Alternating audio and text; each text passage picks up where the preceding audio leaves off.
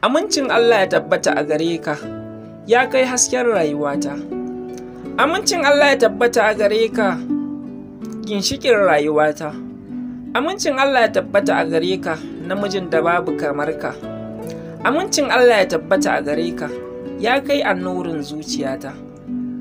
Amincin Allah ya tabbata a gare ka, ya kai namijin da babu kamarsa. Ina son ka, ina ƙaunar ka, kai kaɗai ne namijin da na taɓa ji ina so, kuma ina son rayuwa da shi. Ka so ni kamar yadda nake son ka.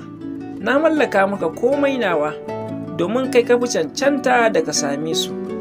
Wallahi ina yi maka son da ba na yi wa kaina, ka yarda da ni kamar yadda na yarda da kai. Zan kula da rayuwarka, ka kula min da rayuwata. Na kurumce, na ɗimauce, na rikirkice, na gigice akan so da ƙaunarka.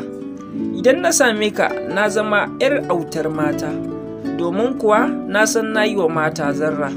Don Allah ka so ni, ina son ka har abada. Soyayyarka ta yi mini mamaya, soyayyarka ta makantar da ni. Na manta kaina, na manta lissafina, ba ni da tunani in ba naka ba. Kai ne sadaukin namijin da na mallaka maka komai nawa. Na yi maka alkawarin zan rayu da kai, rayuwa ta har abada. Wallahi kai ka dace da ka kasance tare da ni har abada. Me yasa kake tunanin akwai wanda zan so in ba kai ba?